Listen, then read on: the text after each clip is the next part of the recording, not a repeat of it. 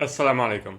Have you ever wondered if halal stocks outperform or underperform their non-halal counterparts? In this video, we're going to attempt to shed some light on the answer to this question by performing a simple experiment that you're absolutely going to want to see. You see, at Practical Islamic Finance, we recently reached an important milestone, which is having completed more than 100 halal reports on public companies.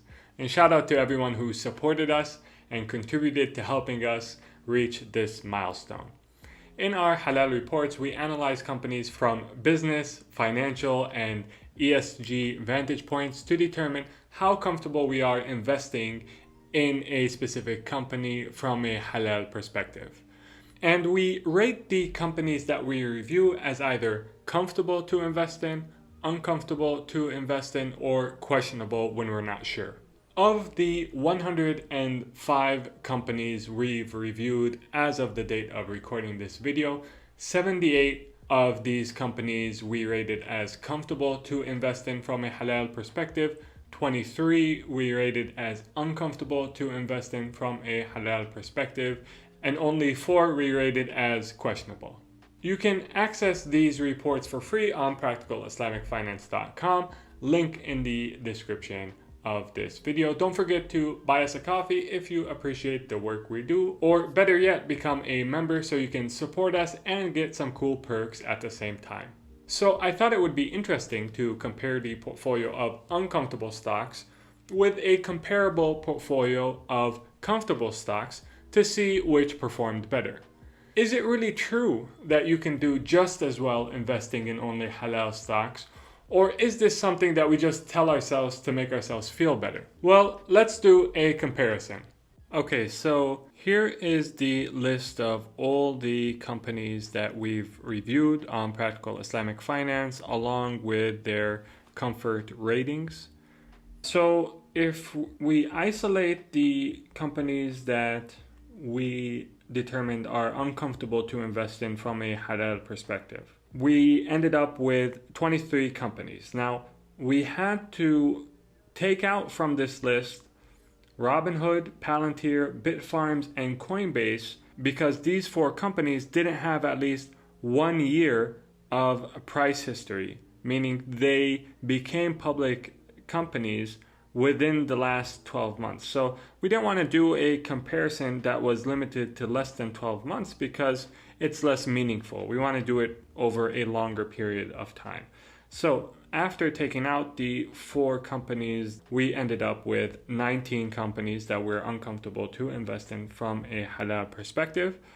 And so I averaged out the market cap of these 19 companies, and it turned out to be a rather large number. So you're looking at close to $400 billion average market cap for this list of 19 companies that we're uncomfortable investing in from a halal perspective.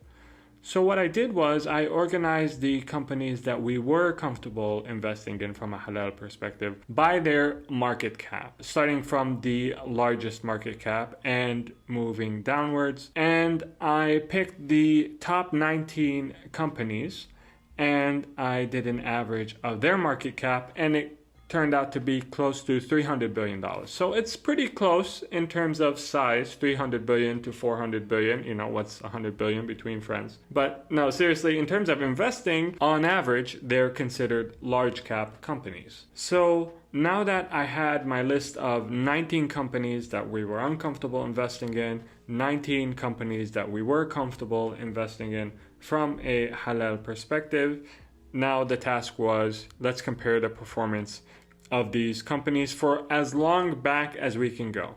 So I have the 2 portfolios here, starting with the uncomfortable portfolio. And by the way, I weighted them by market cap. So the larger the market cap, the greater the weight in the portfolio they got, which is typically how I weight the holdings of these types of portfolios. And for the comfortable portfolio, I did the same. And now let's look at their performance. You can see that the portfolio returns were as follows. If you started out with an initial balance of $10,000 in the uncomfortable portfolio and $10,000 in the comfortable portfolio, starting from January of 2019. And the reason why we're starting in January of 2019 is because one of the constituent companies, DocuSign, only became a public company in 2018. So we can't go back further than this. So between January 2019 and July 2021, if you started with $10,000 initial balance in each of these two portfolios, by July of 2021, you would have $28,497 in the portfolio that had stocks rated as uncomfortable to invest in. And in the comfortable portfolio, you would have had $40,253. So a clear winner for the portfolio that has stocks that we are comfortable investing in from a halal perspective. I mean, we're talking about $12,000 in additional return on a $10,000 initial investment in only less than 3 years. Not only this, but if we look at the Sharpe Ratio, which basically measures how much return you're getting for the risk that you're taking. So the higher the number, the better. The comfortable portfolio outperforms. More impressive is the Sortino ratio. So the Sharpe ratio, the drawback of the Sharpe ratio is that it measures risk as overall volatility. So whether it's going up or down, that's considered risk. But if you're an investor and you're volatile upwards, that's a good thing. So the Sortino ratio recognizes that, and it only takes into account downward volatility. So when you only take into account downward volatility on these two portfolios, you see that the Sortino ratio of the comfortable portfolio is much higher than the Sortino ratio of the uncomfortable portfolio.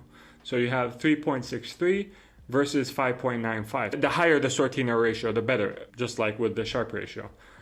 And the purpose of me saying this is to say that it's not true that this added return is coming from added risk. We're just getting a bigger bang for our buck, so to speak, in that we are accomplishing much more return for the same level of risk when we're comparing these two portfolios. And the max drawdown, which is basically the difference between the highest point and the lowest point before a new higher point is reached. The max drawdown is close to 18% for the uncomfortable portfolio, and the max drawdown for the comfortable portfolio is close to 12%. So less, and less is better when you're talking about drawdowns going down.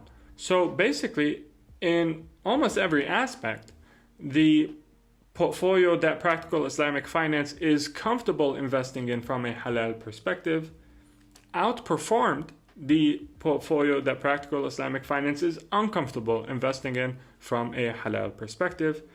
And you can see the returns in this graph. So you can see that they were very close to one another for about a year following the initial January investment. And after a year, the comfortable portfolio starts to break away and really outperform the uncomfortable portfolio.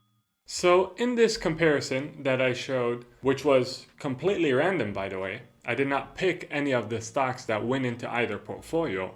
We reviewed some of the most popular stocks. We classified them as uncomfortable and comfortable. The uncomfortable stocks we juxtaposed with similarly sized comfortable stocks, and we compared the performance of the two over the last close to 3 years. There was no other discretion exercised regarding constructing these two portfolios. And what the comparison, I think, clearly showed is that the portfolio that contained the comfortable stocks clearly outperformed the portfolio that contained the uncomfortable stocks. Now, I'm not saying that this experiment suggests that every portfolio that's comfortable to invest in from a halal perspective is going to outperform every other comparable portfolio that is uncomfortable to invest in from a halal perspective, regardless of the time period used, regardless of when you check. I'm not saying that. What I am saying is that it is not true to say that investing in a halal way is necessarily limiting to your performance as an investor when your halal investing is done in an informed way. If you decide to not invest in a particular stock because you're not comfortable investing in it from a halal perspective, it's very likely that there is another stock out there with similar characteristics that you're comfortable investing in from a halal perspective that may have even a better financial outlook than the stock that you were interested in. The Prophet, peace be upon him, says, إِنَّكَ لَن تَدْعَ شَيْئًا لِلَّهِ عَزَّ وَجَلَّ إِلَّا بَدَّلَكَ اللَّهُ بِهِ مَا هُوَ خَيْرٌ لَكَ مِنْهُ. Which means you will never leave something for the sake of Allah Azza wa Jal, except that Allah will replace it for you with something that is better for you than what you left. And I think this absolutely applies everywhere, commercial activity not excluded. If you're interested in investing in the portfolio of comfortable stocks that I did this comparison with, for your convenience, I assembled this portfolio of comfortable stocks in M1 Finance, which you can access for free. Just to remember, investing entails risk. Past performance is not a guarantee of future results. Do your own due diligence. Never invest money you can't afford to lose. You know the drill. If you liked this video, I'd really appreciate if you left a like. Make sure to subscribe.